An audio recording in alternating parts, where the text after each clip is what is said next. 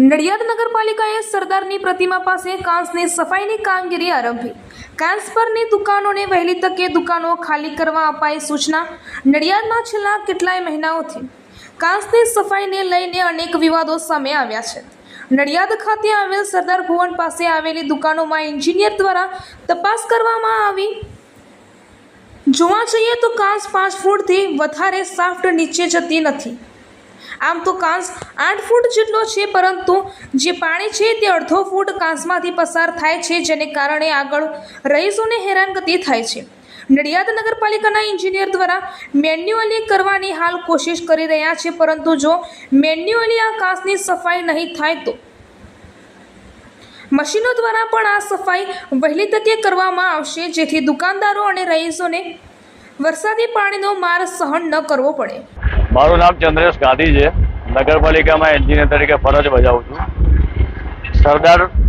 સરદારશ્રીના statue પાસે જે દુકાનો આવેલી છે એ દુકાનો કાંસના ઉપરના ભાગમાં છે અને ઘણા વખતથી આ બાબતે ઘણી બધી ચર્ચાઓને ચાલતું હતું।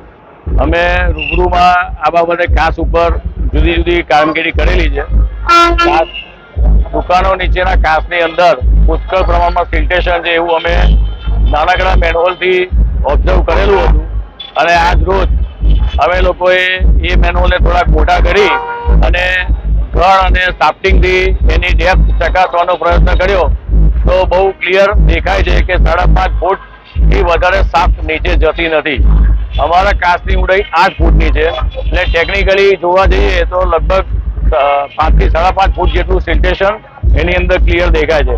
ઉપરના અડધો ફૂટમાંથી જ માત્ર અડધો ફૂટ જેટલા ગેપમાંથી જ પાણી પસાર થઈ રહ્યું છે અને એને કારણે પાછળના વિસ્તારોમાં પાણી ભરાવાના પ્રશ્નો બનેલા છે એવું સ્પષ્ટ થાય છે।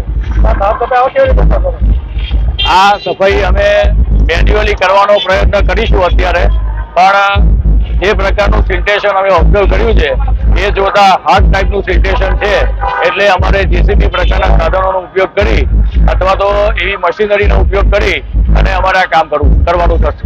પૂર ન્યૂઝ સખત અને સતત આપની સેવામાં। અમારા ફેસબુક પેજ, ઇન્સ્ટાગ્રામ, યુટ્યુબ ચેનલને સબસ્ક્રાઇબ કરો અને ફોલો કરો।